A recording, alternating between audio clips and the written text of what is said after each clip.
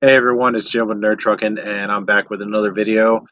Today I'm going to be talking about Corpus Christi Comic Con and talk about why you should add it to your list of conventions if you live in the Texas region or if you want to come visit Texas and visit a convention. Now, this upcoming convention this year is going to be on June 29th through 30th. It'll be its third year in running. It's been going on for the last 2 years, and this is why I think you should be going or mark this one on your map. Now, if it follows the same pattern and keeps up with the good work, the guest list should be amazing. Like last year, they had very rare appearance from none other than Jackson Rathbone. You best know him as Jasper from Twilight. Very rare appearance. It's like he said he had a pretty awesome time. And they also like to get very special guests to the area. One, Helen Slater, who of course played Supergirl, but she was also Billie Jean from The Legend of Billie Jean, which was shot and filmed in Corpus Christi. And one of the brilliant things about it was she was saying is like all weekend she had people coming up to her that were either extras or living in the area when they were filming and welcoming her back to the city, saying how they were glad to have her back, how she was glad to be there, and it was just a really fun weekend. Filled with great guests. They also had, or it's like legendary voice actor Jim Cummings. I'm not even going to begin to talk about his voicing credits because there are just so many of them. This video would be about 30 minutes long with just directing all of them.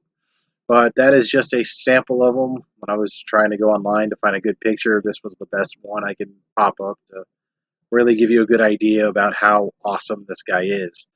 Like real quick, you have Winnie the Pooh, Tigger, Darkwing Duck. Let's see, Cat Dog on there, Shredder. Just so, or it's like so many. He's really a great guy. It's so fun to have.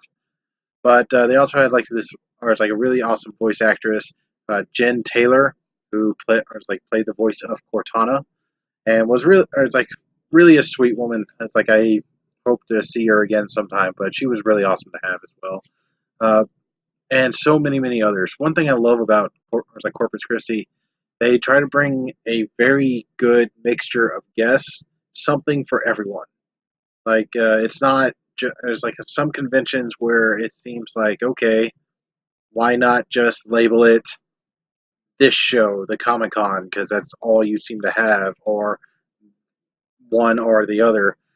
No, it's like, or the guys at Corpus, they seem to pick, it's like, okay, a couple voice actors, a couple kids things, a couple of things over here, a couple things over here. They try to get a wide variety of guests to make everyone happy. It's really, that's what I like, or that's what I actually like about a con. And so far, they've only just started announcing guests for this upcoming year, but they already have Dean Cain, the Man of Steel himself. Pretty awesome guy. It's like pretty awesome guy. Glad they were able to get him, and also the very tough, the very Michael Dorn. As you would know as Worf from Star Trek: The Next Generation. I met him before. He's a very great guy to have at any convention. He's very good with his fans, and it's just a really awesome addition. But so far, those are the only two they've announced, and it's only it's not even the middle of February yet, so they still have about like 130 days to go. So stay tuned. They will probably have more. Now, a little bit about the con. Like I said, they've continued. One thing I love about these three guys, they continue to they listen to the complaints, they improve upon them, and they try to make them better. It's like like some conventions where you'll always have that same complaint every single year, and they never seem to fix it. It's just like they think that they are too big to fail, when really it just could be a slippery slope into nothing. But these guys, they are listen to their guests. They listen to their celebrity guests. They listen to the people attending. They listen to the people, like the vendors and everything. They pile it all together and they figure out, okay, what can we do to improve next year? Well, the first year, the first 2 years, it was held at Richard M. Bouchard Regional Fairgrounds, and year one, it was just held in these three buildings. Now, if you look at the buildings on the right side of your screen next to the parking lot, that one was completely wide open and had no AC in it. But unfortunately, they couldn't exactly close the door connecting to that middle building, so all the AC was rushing from the other two just out into the Texas summer, which caused overheated strain on the AC unit, and it kind of froze over and broke. And it was like the temperature started rising inside the convention the last day.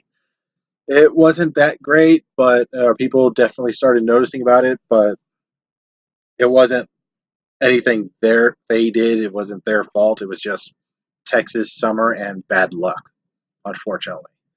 But they still had a great, or it's like they still had a great amount of vendors, great amount of guests, and something for everyone to do. It was cool. Now for year two, instead of getting that same building, they got those three buildings. So all of it was completely enclosed. All of it had working AC the entire time. Or it's like the food trucks were actually in the middle this time, but the only problem this time is they were still disconnected buildings and having to walk back and forth in the Texas heat. It still got somewhat problematic, and it did get a little hot. But then again, wasn't their fault. Nothing they can do. They couldn't change the weather. Texas summers, sorry, but yeah. Now, what did they do this year? This year, they have announced totally new venue, America Bank Center. Now, I don't really know Corpus Christi that well. I don't know this center that well, but it looks to be one big building. I've been telling them year one and year two that they are eventually going to grow out of that small little place.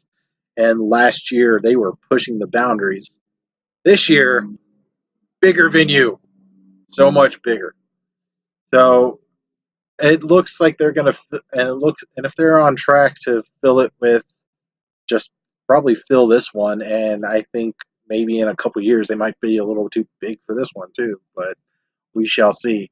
Now, one thing I like about this, and for you people that like to like cosplay as Captain America or any kind of like World War II themed or anything like that, it's right next to the USS Lexington. Yeah, I'm sorry, I'm a nerd when it comes to World War II stuff, so that kind of was like, but how awesome would it be to have like Captain America sitting, or it's like next to World War II aircraft and things like that. That come on. But yeah, so far that's all the information we know, and it really is a fun convention. They have wonderful panels. They work their butts off all year to get the greatest guests they can, to get the greatest attractions, greatest artists, like everything.